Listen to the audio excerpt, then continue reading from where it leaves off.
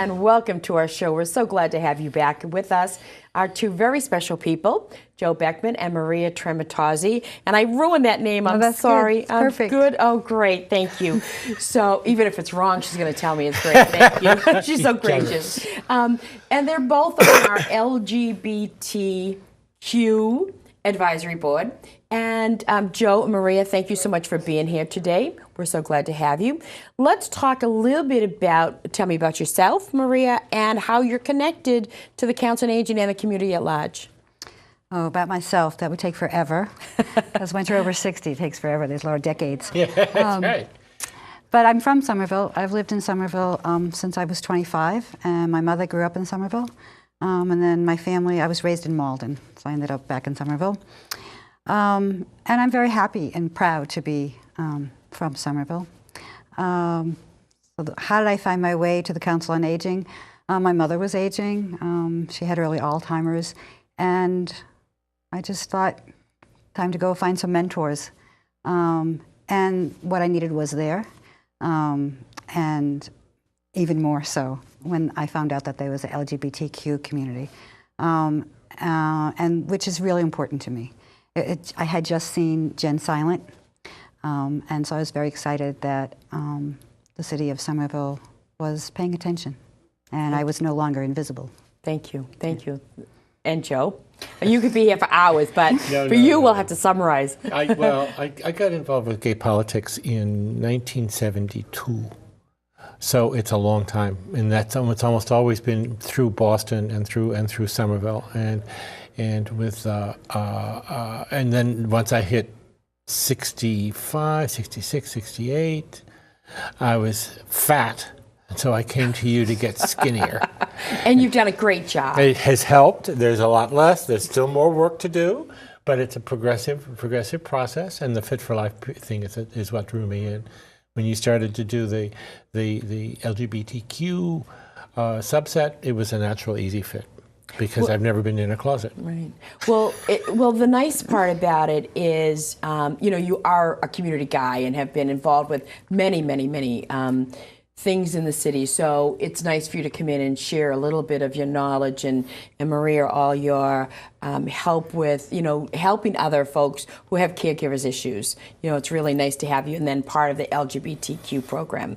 So tell me a little bit about, first of all, the LGBT most of the community knows about, but Q is something new that's really happened recently. So share, I don't know who wants to take it first, but share about what that means. Maria, why don't you go first? Well, I'm here, I'm queer, and I'm fabulous.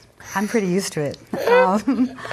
I've spent some of my life in the closet because I was a social worker, clinical psychologist. And I worked with children who were involved in the Department of Social Services. So what does Q mean? I think it means that I'm not part of the straight traditional community, and that being queer, what does that mean? It means that it's for me, when I was growing up, being queer was like a kind of a defiant, kind of a defiant label. Sure. And I guess I still feel that defiance in me. And I still think that defiance is strength. And a lot of our young people define themselves as queer. And I don't know what they mean, but I'm learning. And that's another thing that, another opportunity that I got by being an active member of the community again, being part of Storycorps. That's right. And working with the high school kids and finding out that we have a core group of high school kids that are being supported, that are out and proud, and they're safe. I don't know if they're really safe, but we're flying a flag, and that's just so different than my generation. And of course, Mayor Crotone has been extremely supportive of this program and of the flag raising and Great Pride Week and what we're doing at the high school. And Joe, tell us a little bit about how you feel about that and what that means. One of my favorite stories actually comes from the Storycorps meetings, and when we had the meeting with the kids. Can we just talk about what Storycorps is, because the community is not going to know what that is yet. Storycorps is a really good, it's an NPR program that has made a grant through the library We are one of 10. And we are one of 10. And it's nationally. It's Go Somerville. A network of people who tell stories, family or social or political or whatever kind of stories, to each other and inquire back and forth. And it's a very powerful, very positive, upbeat kind of, what did you do today story? What did you do 70 years ago story kind of event. And I remember one of those meetings with the kids. The group was talking about sexism and barriers and how difficult it was. And the kids said, "What do you worry about that? Just ignore them." And that's what the Q means. Right. Right. And that's they powerful. are absolutely. It's like find your own sense of self. And I looked at them and I said, "Hey, we're the old guys. We're supposed to inspire you. You're not supposed to inspire us." But what a powerful statement. Just being Absolutely. able to say that in itself is powerful. Absolutely. That's incredible. Absolutely. And Storycorps will be released soon. We're just doing some legal stuff and getting ready to send that off, but that will be out in the community. We'll be having a showing and doing something special up over the summer or fall, whenever we get an opportunity to do that. And But we're there's very so excited. much LGBTQ history here Yes. that I'm very excited about recording. Yes. You can name all the names, but for me, I was part of we had a women's center here. I was very involved in the Cambridge Women's Center, the consciousness raising groups, and the Women's Commission, which is of Somerville, which is, I think, they celebrated 25 years, and having Take Back the Night marches here. And so how can we reestablish community one-on-one outside of electronics, and for me that's what the Storycorps. I use electronics too. But the Storycorps was really heartfelt. We had students from Tufts, students from the high school, and old timers, and we really listened to each other. And young timers. Yeah, and that really, I think there was a lot of healing and a lot of education. There's a lot of lessons kids have for elders, for seniors. And as the seniors tell the history, those lessons reflect back. And it's a really wonderful kind of dynamic that doesn't end. It just gets better because they are doing, what we made possible for them to do. And yet at the same time, they're doing it in a way which is so much more natural and complete that we couldn't have ever anticipated how well they've done. So it's a mutual pride. It is a mutual pride, and it's been fabulous. And speaking of pride, we're just off Pride Week, and we had the flag raising outside, and we had a great celebration, and we'll talk a little bit about, I was going to talk about it at the end, but let's talk about it now. We had a great celebration Monday night at the movies, and tell us a little bit about that. And that's another project that the LGBT group is doing, the advisory group, is having a dinner and movie once a month. So you want to talk a little bit about that? Yeah, I think we should first thank our neighborhood restaurants who support us and make wonderful meals for us at a really reduced price, and the Somerville staff who gets there early with us and sets up and stays really, really late, and sometimes even stays and watches the movie and has dialogue with us afterwards. So we're still growing and we're still learning, but we do get sometimes 20, 30 people to show up for a movie. Sometimes more. Sometimes more. And the movies reflect our culture, and we do have our subculture. And what is happening to that subculture? And is there still a subculture? And so many questions. And so exciting to see both young, aging LGBTQ members and some in their 70s and 80s from all the neighboring communities. And also to see the high school kids join us. They've joined us a couple of times, and we're hoping that they're going to join us more in the fall. And then sharing movies that reflect not only our subculture but our history, and then allowing ourselves to have those feelings about the good times, the bad times, and what progress we've made and what progress is still needed. And this time we showed Milk. So you want to talk a little bit about that? A very powerful movie. Yeah, Milk is very a wonderful movie. wonderfully done. We were just talking a little about this. I go back in local politics to when the first elected elected gay official was elected who was a woman. Milk was about 3 or 4 years later, and Harvey Milk was celebrated largely as the first gay male elected, and there's a difference. Our feminism, our politics in New England, gay politics, was feminist, as well as civil rights. And the politics in California is much more in terms of sexual liberation. We didn't care that much. It was a normal thing. We just presumed that it was normal to do whatever was expressive. And that was a big difference, actually. And I think it's a really big contribution we made.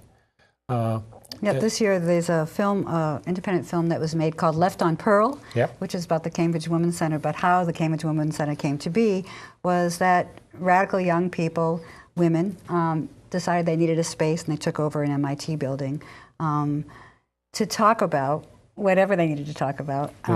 But the documentary is done. It's called Left on Pearl, and I highly recommend it. And perhaps we'll show it some night at I was just going to say, I think we did. We did. We did early on. And some of that stuff we should do again and again, in part because the diversity of the audience grows. And part of the issue is that the history is ongoing. It's not done. Nothing is ever done.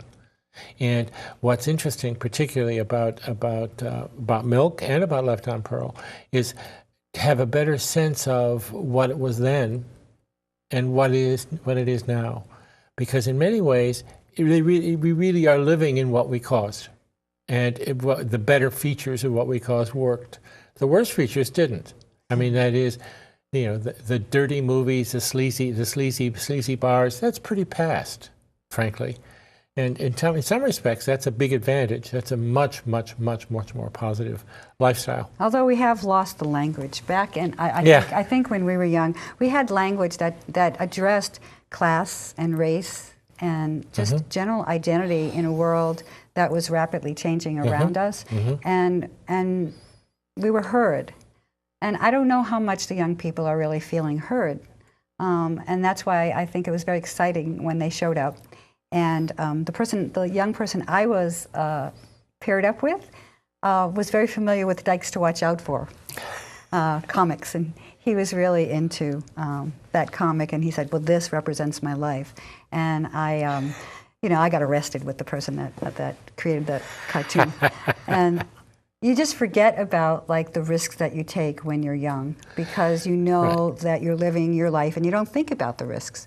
And I think the young people that showed up for Storytell, really, they walk the walk without really recognizing the risks as we did. And that was the most exciting part. Wow, they still are walking the walk and talking the talk. And that was really exciting. Except the thing that I find fascinating about them is that the risks they're taking, and they still are taking risks, are more mainstream. And therefore, they court each other. We flirted. They invest in mutual long-term relationships as much as they can. We sort of did, but we also were sort of experimenting. And that sense of experimentation is a little less acute. And that sense of confidence has displaced it, which is really wonderful. Because it's changed. I mean, they can get married. They can be 26 and out to their parents. And I think because of PFLAG, and I name all these community efforts within our subculture, like PFLAG. Where would our young people be if it wasn't for PFLAG? And where would the parents of our young people, particularly our transgendered young people, and that's a whole other program.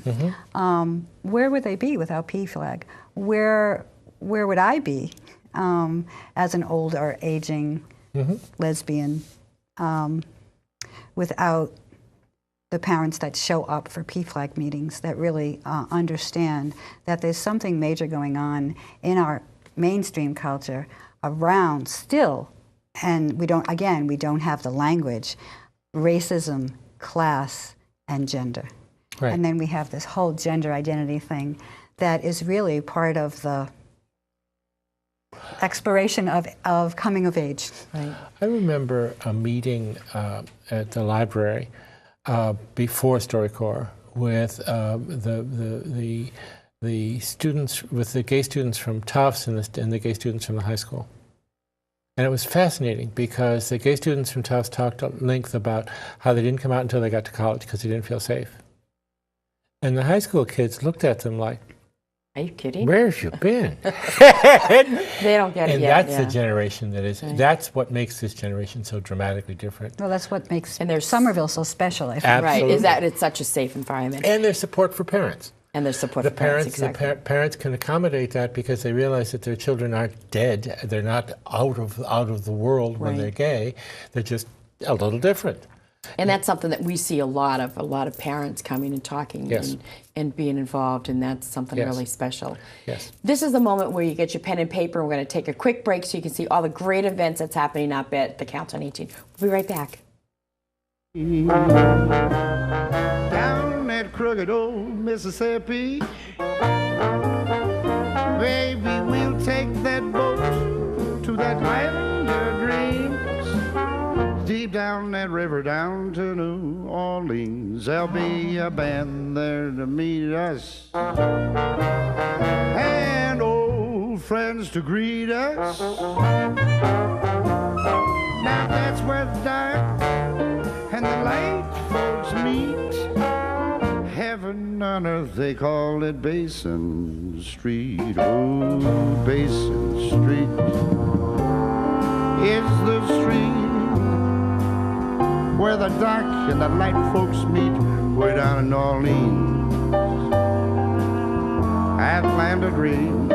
Man, you'll never know how nice it seems, or just how much it really means. I'll be glad to be, yes sirree, on Welcome Street, 'cause it's all so dear to me.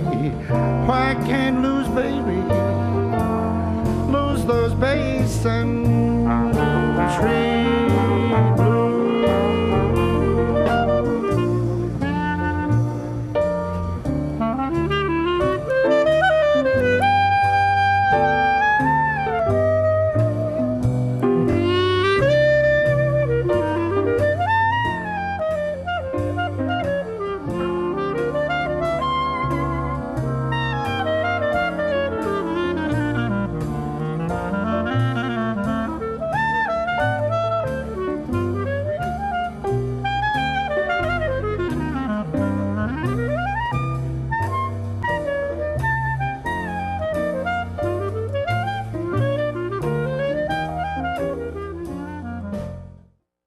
So many exciting things we have going on at the Council on Aging. You know, this is our busy season. And can you believe we're talking about November and December? I can't believe it. It's hot enough out there that we're wishing for some cool weather. We complain in the winter, we complain in the summer, we're never happy. But we do have quite a bit going on. And today we're with Joe and Maria, who are part of our LGBT advisory group. And we were just talking about the dinner and the movie. Now, the next movie and dinner is on July... Is it July 9th? No, sorry. It's the third Wednesday? Third Monday? Third Monday of the week, of the Third month. And we'll July get that. 21st. July 21st is the next movie. Sorry about that. And we don't know what the movie's going to be, but stay tuned. It'll be on our website. It'll be out in our newsletter. And we have a great meal. I think it's from the Greek Corner this month. You do need to make RSVP so that we know that how many people we're having to order dinner for. It's $6. You get a fabulous dinner and a great movie, and we enjoy your fellowship and your camaraderie. So please come and join us. And as you were saying, we have people from 55 up to in their 80s who come to the group for lunch and dinner. So we welcome you, and please join us. So tell us a little bit about where we see the advisory group has been in for about a year, maybe a little bit longer. So tell me, what do you think? Where do we want to go from here? We were just talking about that. We need a mission statement. Mission statement. Okay, so fall will be helping and plan that. Mm-hmm. And if there's anybody in the community that would love to come in and join us, we're looking for people. Yes. That's right. Well, for that process, for that matter, we don't know the movie the 21st. If they want to make some suggestions, they can make some suggestions. Perfect. The process is actually much more open than most people really realize, and it's much more comfortable to be open that way. The advice that the people have sort of dropped references to movies, and we pick them up. that same thing applies to mission and goals. It's not naive in that there really is, the mission is to celebrate the diversity of the city, but we can get more concrete. And part of the game is to find out people who have very specific concerns, and how can we address them more effectively? How can we help people to join that participation, to engage? And how can we support each other? And That's right. how can we continue to be visible? I think lots of people, when they age, they feel invisible for so many reasons. I think our generation has felt invisible for lots of reasons. Coming out of the closet, we all have our coming out stories, and then going back in and coming back out. And coming back out as an elder is exciting, because coming back out as an elder, your history comes out. And I'm hoping to run a group called Dancing to the Decades of Our Lives in the fall. I'm going away for the summer, but I'll be back to be queer and instigate more action. I don't really know what that means. So as people come on board, we'll know more about what are the actions that people are really feeling in their hearts. And for me, continuing to work on intergenerational gatherings and supporting parents in the community, whether they're supporting their any of their children's differences, continuing to reach out culturally and look at racism and not be afraid to find language to talk about it, because it still exists. As well as, what does it mean to identify yourself as LGBTQ? What does it mean to identify yourself as someone coming from Somerville? I think there are a lot of things that we will see a difference in September and October as we go further into the fall. And one of the things, you talk about being a support for parents, that's something that we've heard a lot.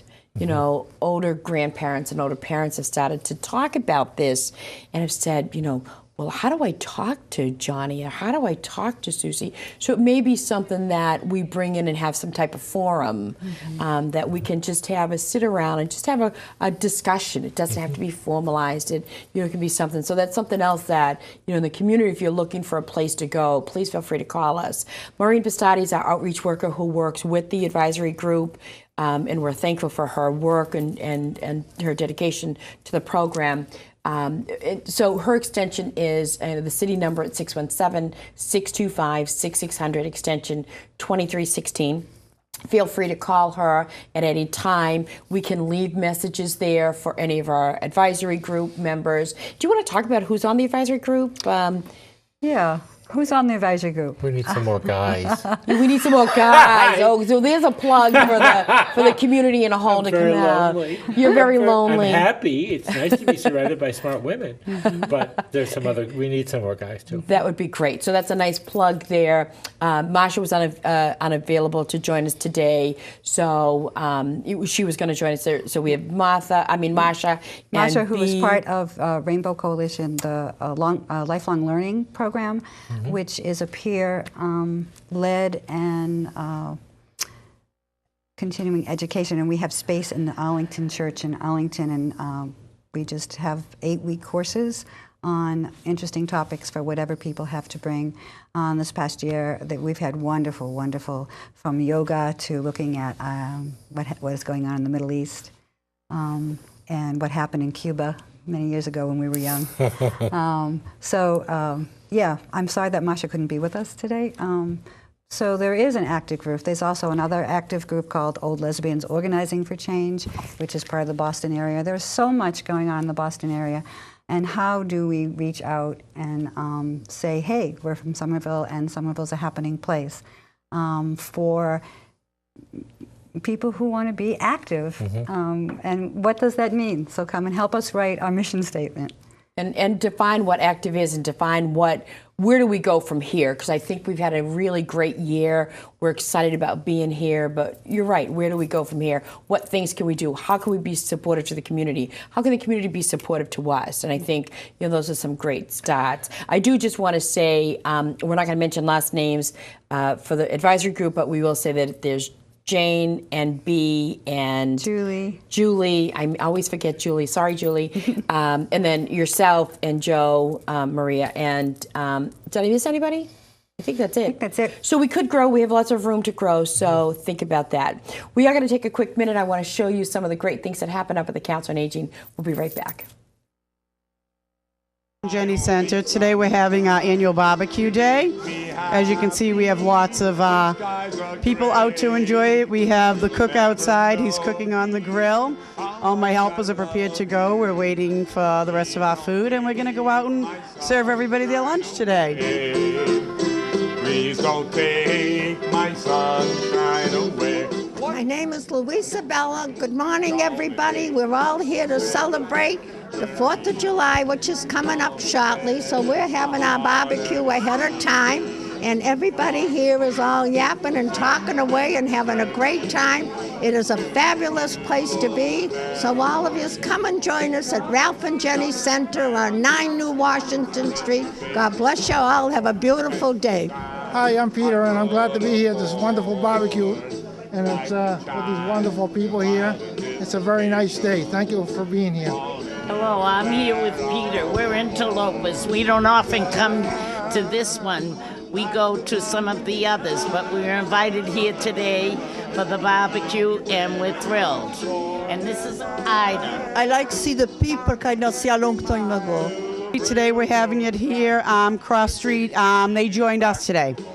Cross Street has come down to join us at Ralph and Jenny today, so we got combined 2 centers together today. My name is Julia Salas, and I've been here because they invited us for lunch. And we go to the Cross Street Center for seniors, and I have my friends over here. They speak just a little English. I speak a little bit more. And we are happy to assist because we learn a lot of things and we teach each other, and we are happy. Thank you. My name is Luisa Miranda. I live in America 25 years old. Este is my friend class. Stay here today for coffee. Thank you, my God, for here everybody. Não toque more porque I don't have voice. Okay, I'm sorry. Marie-Jeanne Jean, famille, je viens dans un programme, take un programme avec my mother. Je viens America,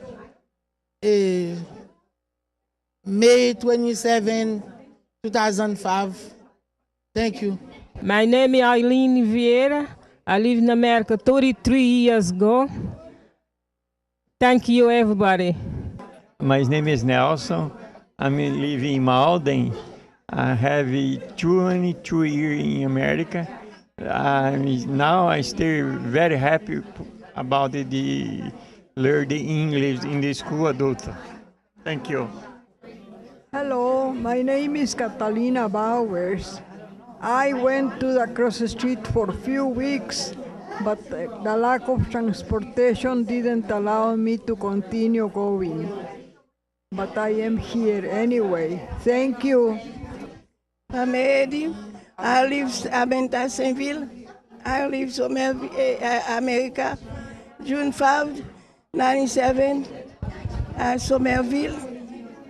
Melo Suite appartement Favo Servin. Merci avec tout my daughter, avec tout mes amis, family. Thank you.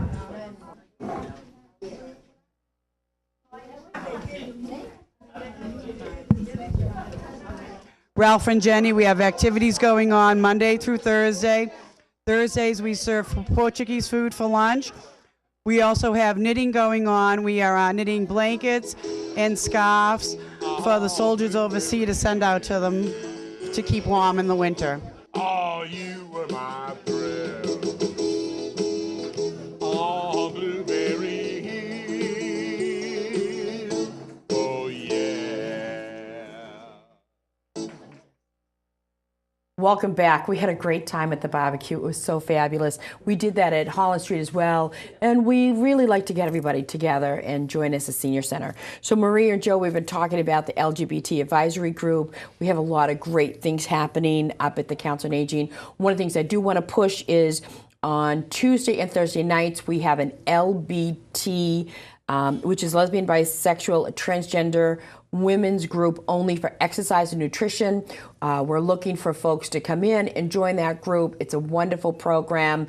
If you're interested in that, please call and talk to Christopher at our office, who runs our Fit for Life program, who's really making folks in Somerville look fit and trim. And we're very, very, very proud of that program. Right. Joe is getting there. It really is a fabulous program. It's an award-winning program, and we just had some fabulous results from a Tufts University study that we were a part of that was just amazing. So call Christopher at 617-625-6600, extension 2315. And ask about Fit for Life. And the LBT is a safe place for folks to go exercise and have some privacy and some confidentiality. So we look forward to having you join us. We were just ending up with a quick thank you so much to the advisory group, and thank you for being here. But in September, we have some issues that we want to talk about, and we are looking for the community to come in and join us. And again, the group that comes is anywhere from 55 to 85. And we look forward to talk about housing. How do we grow? How do we set a mission statement? Where do we go from here? What are the things that we have? Is there anything that I've missed? Affordable housing in terms of aging. People are much more vulnerable because they have fixed incomes. And therefore the game is to figure out ways to make it possible to maintain the diversity of the city in terms of age, as well as race, sex, and every other factor. And one of our missions at the Council on Aging that we've been mandated to do is to have an Aging in Place program so that folks can stay in the community, figure out how to help them stay in their homes, stay here. We have lots of work to do, but I think it's something that we can really work together. You have a good base on which to work. We have a great base to work on, so we're very thankful. We thank you so much for your volunteerism and all that you do to help us with this very important mission. This is very important to the Council on Aging and to myself, and I thank you so much for being here. Thank you. Until next month, we'll see you. Have a great day.